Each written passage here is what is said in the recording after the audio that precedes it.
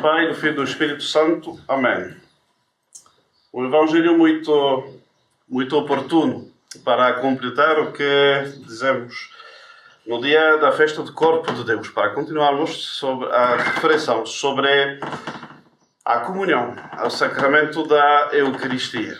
Então, o Senhor Jesus Cristo, depois de ter instituído esse sacramento da Eucaristia, pois quer evidentemente que a gente aproveite as graças que estão contidas neste sacramento. Aliás, este sacramento não é só não dá apenas graças como os outros sacramentos, senão que é a mesma fonte das graças. Por isso é o mais nobre e mais digno de todos os sacramentos é a Eucaristia, porque ela é a fonte realmente de todas as graças que nós recebemos, mesmo nos outros sacramentos. Todo flui finalmente deste sacramento da Eucaristia. Por isso é tão importante recebê-lo e recebê-lo nas boas condições para poder aproveitar justamente todo esse torrente de graças que pode emanar da comunhão e da comunhão frequente. De facto, nem sempre houve essa prática na Santa Igreja da comunhão frequente. São Pio X explicava muito bem que nos primeiros tempos era, e de facto temos esse testemunho nas próprias epístolas, nos Actos dos Apóstolos, vemos os fiéis que eram perseverantes na doutrina e na fração do pão, como era o primeiro nome, o nome primitivo da Santa Missa. Então, vemos que, a par com a doutrina, pois menciona-se o facto de também receber a comunhão. E então, esse fervor desta igreja primitiva, com o tempo, foi-se um pouco perdendo. E teve épocas em que imperaram, em algumas partes da Santa Igreja, quando menos, pois doutrinas jansenistas, por exemplo, que faziam da comunhão uma espécie de recompensa para os alunos bem portados. Sim? Então, quem era o santo podia, às vezes, se aproximar da mesa sagrada. E então, São Pio X vai justamente corrigir aquela tendência que existia ainda na sua época, na Itália, na França, estava a ser bastante, na Holanda, onde nasceu aquela doutrina, pois essa doutrina falsa, jansenista, que fazia as pessoas ficarem afastadas da comunhão por meses, semanas, ou às vezes comungar apenas um ano com o permisso do seu confessor, assim uma doutrina muito rija. E outra consequência era também afastar as crianças da comunhão e fazer que apenas a comunhão se fizesse pois muito mais tarde, como aliás voltou a ser o caso em muitas paróquias hoje, onde a primeira comunhão se faz muito mais tarde do que São Pio X recomendava. E então São Pio X vai ensinar justamente, retomar, depois de consultados os cardeais das distintas congregações interessadas, ele vai fazer um breve em que ele justamente vai dar as condições para podermos comungar com fruto, não apenas frequentemente, mas ele encoraja, inclusive, que seja diariamente, se puder ser, evidentemente.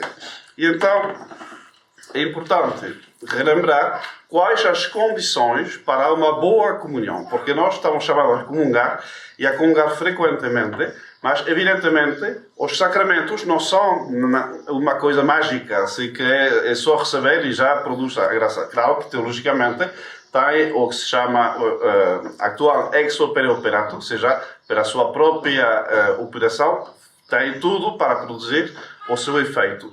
Mas não tira que o fruto que nós vamos receber destes sacramentos vai depender, especialmente no caso da comunhão, é certo, vai depender da disposição em que nós recebemos. Não é porque o sacramento esteja a deitar água com abundância que se eu não tenho um balde apto para recebê-la, a água vai fugir e eu não vou receber todas as graças que poderia. Então, quanto mais preparada, disposta esteja a nossa alma para receber essas graças, pois maior fruto vamos ter da comunhão. E é negativo, pois quanto menos preparada a nossa alma, pois menos fruto vamos receber. Por isso também, talvez, essas comunhões que se repetem e não vemos um progresso na nossa alma, por esse defecto de disposição. Então, quais são as disposições que a Santa Igreja requer para os seus fiéis receberem a comunhão com fruto? tem disposições do lado do corpo e outras do lado da alma. Começo com as do corpo, não porque sejam mais importantes, mas simplesmente porque são fáceis de compreender e para evacuar esta parte do tema que interessa, mas interessa menos. Então, do lado do nosso corpo, temos duas disposições. Uma que é o jejum. Então, hoje em dia sabemos que a lei da Igreja, mesmo que seja um pouco laxa, mas é o que a Igreja obriga hoje em dia, é 1 hora de jejum antes de receber a comunhão, enquanto há os sólidos, os alimentos sólidos e bebidas com álcool, sim? E bebidas que não sejam água. Sim? Então, essa disciplina que impera hoje, isso é que é estritamente obrigatório, sob pena de pecado grave. Agora, evidentemente, nós prezamos de seguir a tradição da Igreja, pois não podemos dizer, pois que cômodo, não? Então a gente aceita sempre sem mais, sem fazer mais esforço, pois essa disciplina já está. Bom, não digo que seja mal seguir isto, porque de facto a gente não pode obrigar a mais, ou seja, além do que a lei atual obriga. Mas, evidentemente, se somos tradicionalistas, como se nos chama às vezes, simplesmente católicos tradicionais, como é lógico, pois nós temos de procurar algo mais tradicional, mais respeitoso do que se fazia antes. Sim? Então, concretamente, observar a disciplina da época de Pio XII, sejam 3 horas antes da comunhão, parece uma coisa razoável, combinando a tradição com o estilo de vida do século XX e XXI, ou seja, com a possibilidade de ter a missa à tarde. Evidentemente não vamos exigir o jejum desde a meia-noite anterior, porque seria muito complicado. Não? Então, digamos, combinando uma coisa com a outra, a gente, pois, é razoável observarmos o que se pedia antes. Sim? 3 horas para alimentos sólidos e bebidas alcoólicas, e bebidas de outro tipo, que não sejam água, pois 1 hora antes. Então, isso para a questão do jejum. Depois, temos a disposição externa, ou seja, que a gente tem de chegar à comunhão com a modéstia no vestir e nas atitudes que correspondem. Então, no vestir, é evidente que a gente não pode se aproximar à comunhão com uma roupa que não fosse decente. Aliás, além dessa decência, seja a modéstia, é justamente a virtude que regula a nossa aparência exterior e os nossos movimentos também do corpo, tudo o que seja aspecto externo do corpo.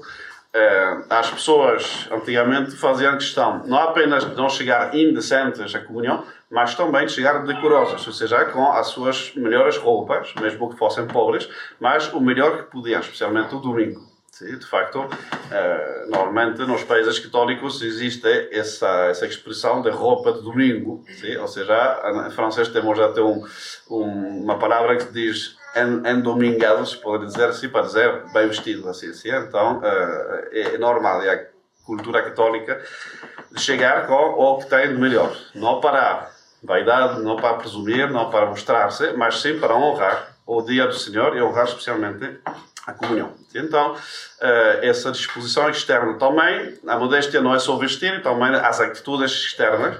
É evidente que nós temos de manifestar para a nossa atitude o respeito e a adoração do que vamos a receber, que é nosso Senhor Jesus Cristo. Se nós realmente acreditamos que o que vamos receber da comunhão é o próprio Deus, feito homem e depois sacramentado, pois, então, evidentemente, não vamos ter a atitude de quem está, não sei, na praça ou no mercado. Sim? Não podemos andar a cumprimentar a tia ou a distrair-nos com coisas. A gente tem de ir com os olhos baixos para não se distrair com outras coisas, tem de ir com uma atitude modesta, sim? E tratando de conservar, apesar do movimento, que bom, é preciso ver aonde é que vamos, mas sem se distrair inutilmente, sem cumprimentar, sem fazer sociais. Então, é importante também esse aspecto, sim? A atitude que vamos ter. E também a disposição na hora de comungar. Tradicionalmente, salvo a impossibilidade física, há pessoas que por alguma doença, alguma enfermidade, não conseguem fazer isto, mas a comunhão se recebesse de joelhos, sim? Porque é um acto de adoração. Sim? Hoje em dia temos nas paróquias o contrário, sacerdotes que fazem levantar as pessoas como se fosse um sacrilégio praticamente comungar, ou querer comungar de joelhos. Sim? Conheço pessoas que ficaram até o fim da missa de joelhos no comungatório à espera do sacerdote dar a comunhão e nunca receberam a comunhão, com o único pretexto de estarem de joelhos, sim? Como se fosse uma coisa horrenda, pois dar a comunhão a todas as pessoas de qualquer jeito, mas quem quer receber de forma tradicional e de forma digna, pois é impedido. Então, essas disposições durar o corpo, jejum e modéstia, basicamente, são importantes. Mas, obviamente, mais importantes ainda, as disposições internas. E lá, São Pio X também vai relembrar quais as disposições necessárias e suficientes também. Ou seja, nem 8 nem 80, como se diz. Ou seja, o que é necessário para poder comungar. Uma que é absolutamente imprescindível, obviamente, é o estado de graça. Quem não estiver na graça de Deus, já seja por não ser batizado ainda, por exemplo, sim? Ou por estar em pecado mortal, pois não pode se aproximar à comunhão, como é evidente. Por uma razão muito simples, a comunhão é o alimento da vida espiritual. Não existindo essa vida espiritual, pois não faz sentido nenhum receber a comunhão. Alimentar um morto, sim? Não só um desperdício, mas uma falta de respeito para o alimento que nós estamos a desperdiçar, precisamente. Quando esse alimento é o próprio Deus, o próprio corpo de Deus, sacramentado, obviamente, passa a ser, inclusive, um sacrilégio. Então, um pecado muito, muito grave. Então, obviamente, a primeira disposição está na graça de Deus. Como sabemos isto, pois, não tendo qualquer pecado mortal, não confessado sobre a nossa consciência. Esse é o critério. Não temos outro critério. Sabemos a resposta de Santa Joana d'Arco, que foi perguntada se estava na graça de Deus, e ela respondeu muito teologicamente: se estou, Deus me mantém nela, e se não estou, Deus me põe nela. Sim? Porque não temos uma espécie de sinal, assim, uma luzinha assim que diz que este está em graça e outros não, mas a nossa consciência é que nos guia. Se nós não temos pecados graves não confessados na consciência, pois devemos supor que estamos na graça de Deus. Depois, há o que São Pio X chama de reita intenção. A reita intenção é simplesmente o facto de querer comungar para honrar Deus e para a nossa santificação. Isso não significa ser já santos.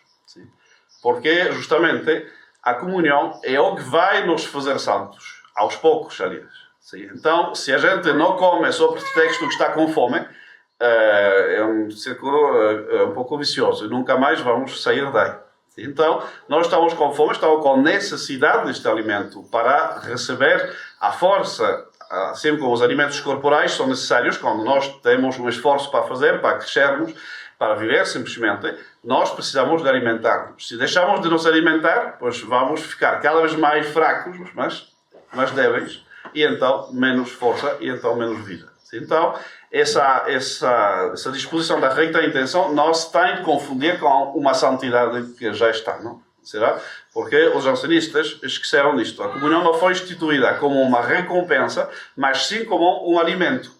E então o alimento é para quem está com fome, justamente, quem precisa deste alimento. Então, primeiro ponto, não é santidade, é desejo de santidade, que é outra coisa. E então, essa reita intenção tem de ser justamente o desejo, de dar glória a Deus. Independentemente de outra coisa, todos os nossos actos têm de ser para a glória de Deus. Sim, São Paulo diz, já seja que comam, bebam, fazerem qualquer coisa, tem de ser para a glória de Deus. Então, mormente, obviamente, a comunhão. A primeira coisa que temos de apontar é a glória externa que se dá a Deus, de ver os seus fiéis se aproximarem e quererem viver da sua vida. Sim, então, primeiro isto. E depois, obviamente, nós que não somos santos, mas que queremos sermos, sim, então temos de chegar com essa intenção, simplesmente de receber o alimento da nossa vida espiritual, aquilo que vai nos transformar realmente em outros Cristos. Porque a comunhão tem essa particularidade de ser um alimento que, ao contrário do que acontece com o alimento comum, do nosso corpo, que é transformado em nós e degradado e transformado em nós, lá, ao contrário, a comunhão não é degradada e transformada em nós. Nós somos como absorvidos pela comunhão. Será que nos transformamos cada vez mais em nosso Senhor Jesus Cristo, pela imitação das suas virtudes, pela espécie de fusão, digamos, do nosso coração com o coração de Jesus. Isso é o que tem de acontecer na comunhão. Realmente é uma identificação cada vez maior da nossa alma, do nosso coração, com Nosso Senhor Jesus Cristo. E então, esse desejo de virtude, esse desejo de crescer na virtude, esse desejo de corrigir os nossos defeitos, de evitar os pecados, é que tem de nos mover para receber a Sagrada Comunhão. E por isso que vemos aqueles que Nosso Senhor chama, que simbolizam o povo judeu, para começar, sim, nessa parábola que acabamos de ouvir, sim, eles vão ter 3 motivos para rejeitar a oferta da comunhão. O Senhor está a propor participar no seu banquete, ou seja, simbolicamente a Sagrada Comunhão, sim, e são basicamente as 3 concupiscências que estão ilustradas, já sejam pela compra da vila, o apego aos bens materiais, a compra desses pares de bois, que representa a soberba, porque assim como hoje em dia a gente presume ter um carro do ano de luxo, etc., e faz questão de comprar isto para presumir perante os outros, naquela época era mais uma questão assim de comprar esses animais. De facto, seria como comprar um tractor muito poderoso naquela época. Sim? E temos também o casamento, não que o casamento seja mal em si, mas representa simbolicamente a concupiscência da carne. Então, essas 3 concupiscências são aquelas que, se nos guiamos por elas, que nos impedem de receber a comunhão. Mas depois, Nosso Senhor Jesus Cristo não repara em quem chamar. Vai mandar os seus criados, os seus servos, pelos campos, pelas ruas, para chamar a toda essa gente que está lá. Seguramente, gente muito mais digna em si do que os primeiros. Só que são pessoas que reconhecem a sua miséria, que reconhecem a necessidade que eles têm de receber o Senhor Jesus Cristo para poder finalmente sair da sua condição. Obviamente, há outra parábola muito similar em que o pai de família, depois de convidar, pois ele revisa os convidados e vê algum que está sem a túnica de festa, sim? Então manda-o fora, porque essa túnica representa, pois, o estado de graça. Sim? Então não é assim chamar todo mundo e não interessa se são todos pecadores ou não, sem confissão, etc. Mas todos os homens, sim? Mesmo os mais miseráveis, com que se aproximem dignamente, ou seja, confessados e com as disposições que acabamos de mencionar antes, pois todos estamos chamados a comungar. Não é uma coisa reservada para alguma élite assim.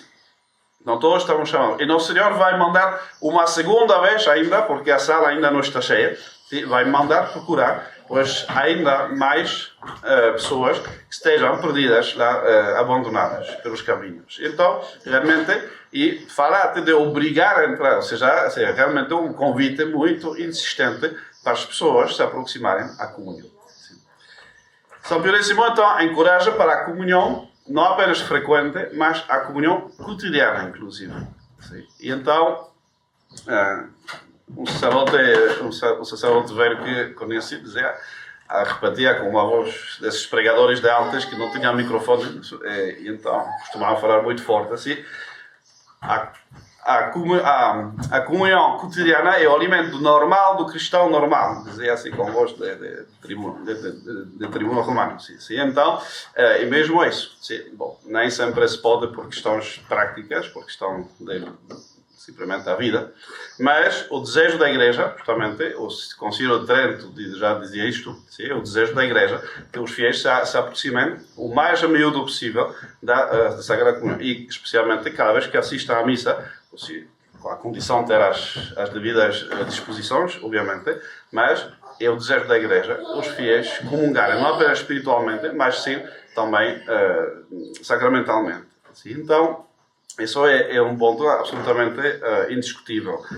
Agora, é evidente que tem um certo perigo isto, no sentido que se nós não trabalhamos as disposições, a gente pode ir se acostumando a comungar friamente.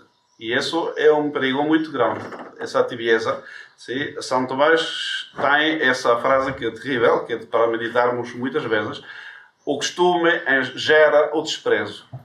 E então, se a gente, em vez de se aproximar à comunhão com realmente esse desejo de santificação, esse desejo de maior união com o nosso Senhor Jesus Cristo, se nós nos preparamos bem antes, se não fazemos ação de graças depois, obviamente existe esse perigo de, finalmente, em vez de beneficiar-nos da comunhão, depois terminamos frios e indiferentes com o nosso Senhor Jesus Cristo. E lá É um perigo grande, porque nesse perigo, se calhar não tem remédio realmente. A tibieza é um mal muito grande, porque mata o próprio desejo de santidade. E então, com isto, é muito difícil depois levantar-se. Então, não digo para não comungar, como diziam os jansenistas, sim? Que diziam, então, para evitar a tibieza, vamos comungar uma vez por mês com a autorização do confessor, ou talvez menos até. Sim? Não, temos de manter as duas coisas. É preciso comungar diário, se possível, ou o mais frequente possível, pelo menos, e ao mesmo tempo é preciso fazê-lo de tal maneira que, que a gente não se acostume a isso, de certa maneira. Sim?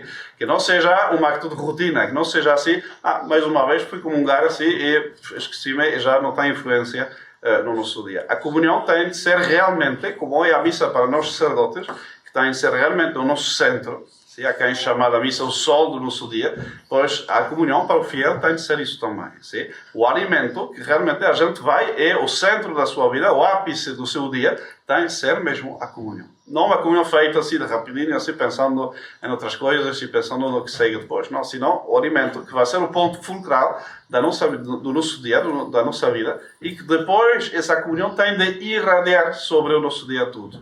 Sim, ou seja, é que temos de nos alimentar. Não apenas fazer uma comunhão que pensamos em Deus 2 minutos antes e 3 minutos depois, sim, mas algo que seja um desejo antes se levanta de manhã e já orientado hacia a comunhão, assim, querendo receber a comunhão. E depois que tem recebido, pois tentar fazer que essa comunhão tenha realmente uma influência sobre a nossa vida. Sim, nós não podemos receber esta energia, finalmente, de Deus, sim, energia espiritual, essa vida, a vida é mesmo isso, um movimento, sim, a vida caracteriza-se pelo movimento autónomo, justamente. Então, essa vida que tem sido reforçada pela comunhão, tem de se manifestar do lado de fora. E nós não podemos ser iguais antes e depois de recebermos a comunhão. Tem de ter uma influência, como é lógico. Sim, acho que São João Crisóstomo compara os fiéis que voltam do comungatório como leões a cuspir fogo. Ou seja, sim, e os demónios estão assim apavorados por causa das almas que receberam a comunhão. Obviamente, comunhão bem recebida, senão não está apavorados nada, até fazem festa. Sim? Mas nós temos de realmente viver desta comunhão. Assim. Então, tratemos de pensar um pouco como é que eu comungo, como me preparo para a comunhão. Comungo o suficiente. Hoje em dia, o mundo é tão adverso que se comungamos apenas no domingo e já está, e nunca mais nos lembramos de assistir à missa entre a semana, é muito difícil conservarmos a graça de Deus. Sim? Então, sei que nem todo mundo tem a possibilidade.